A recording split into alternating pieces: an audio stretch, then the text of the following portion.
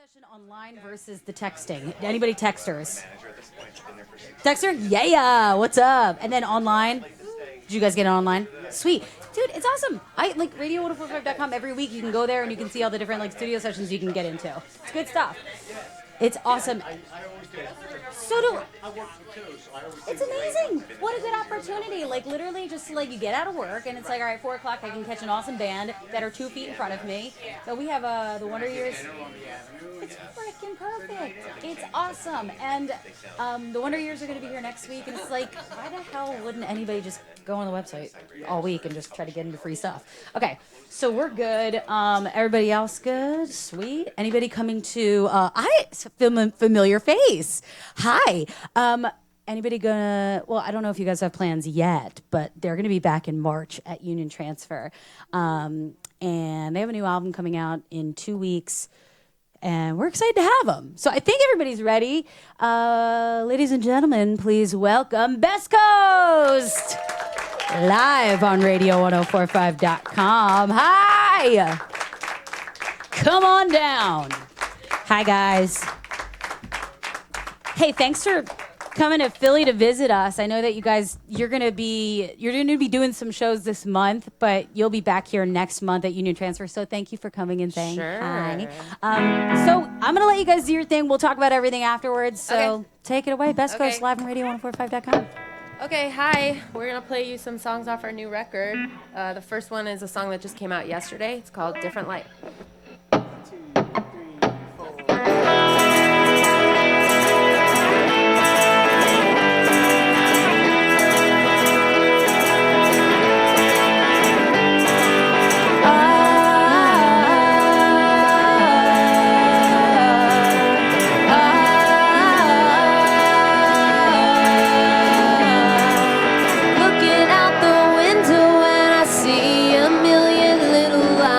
Can't believe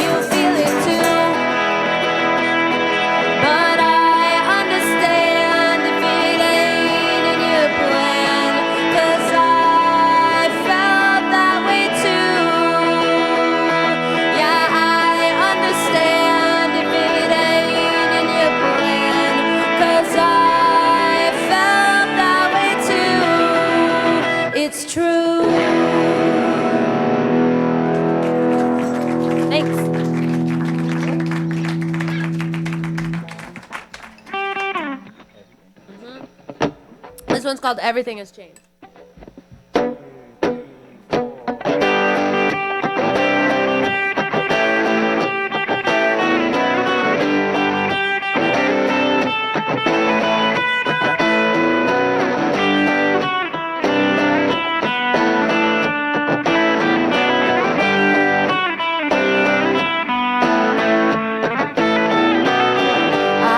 To drink nothing but water and whiskey. Now I think those were the reasons why I used to fall deep down in a hole. I used to crawl all the way back home. I used to cry myself to sleep, reading all the names they called me. Used to say that I was lazy, the lazy, crazy baby. Did they think that maybe I was in on it? Did they think? No, of course they didn't.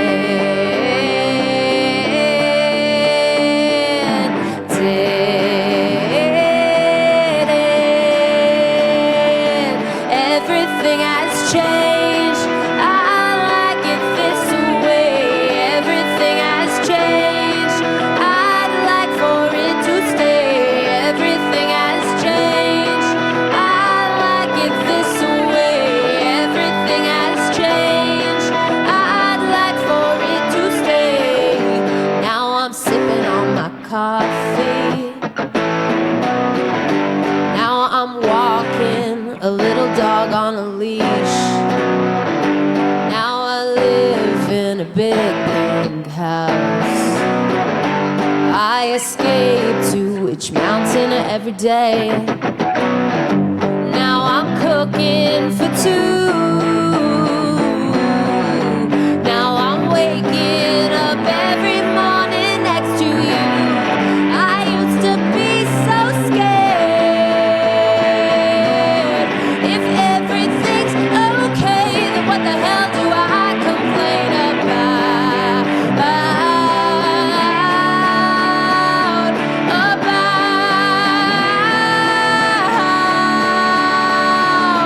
Everything has changed. I like it this way. Everything has changed. I'd like for it to stay.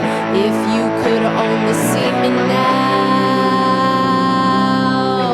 if you could only figure me out, if you could only feel the way I feel, let's hope it stays around a little longer than before.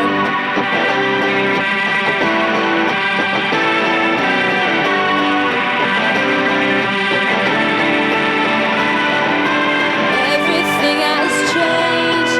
I like it this way. Everything has changed. I'd like for it to stay. Everything has changed. I like it this way. Everything has changed. I'd like for it to stay.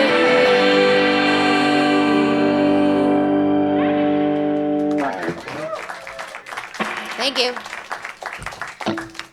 All right. Thanks, guys. Thanks for coming. We're gonna play one more. It's also off the new album entitled "Always Tomorrow," out February 21st. And if you were wondering, yes, I am wearing sweatpants. I'm trying to normalize sweats as fashion in 2020. This song's called "For the First Time." Thanks again.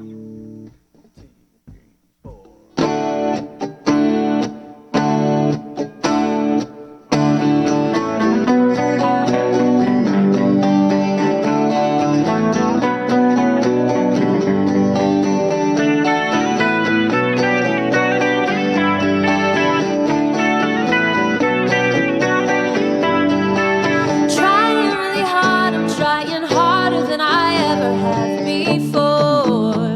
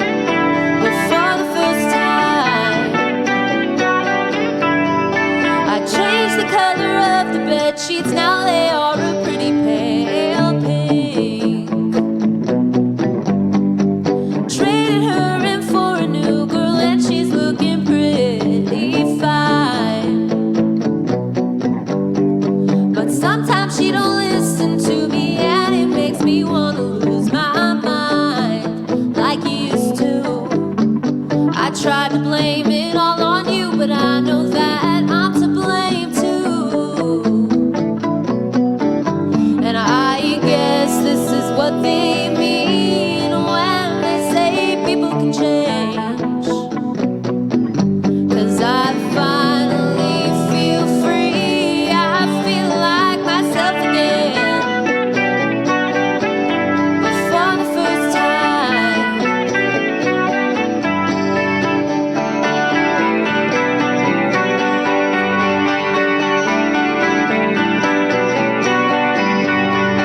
I used to think that I would die without you.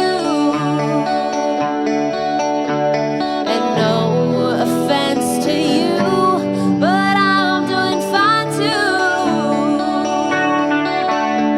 'Cause finally I'm free. I feel like myself again. But for the first time. And no offense to you, but I'm doing fine too. But for the first time, yeah, for the first time, for the first time.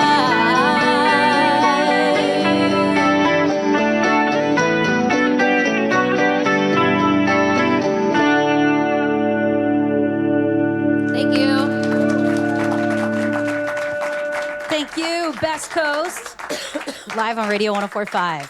So the new album's going to be out February 21st. It's 2 Fridays from now, and it's your 4th album. And there's a little bit of break in between this album and the last one. And you said you felt creatively paralyzed. I don't think a lot of bands talk about it. The only band I could think about that's really been crazy talking about it is like the Black Keys on their break. They went freaking nuts because they were touring so much, they lost their minds. But can you go into that a little bit when you're talking about being creatively paralyzed? Touring and doing so much the last couple of albums is kind of why you took a little bit of a break?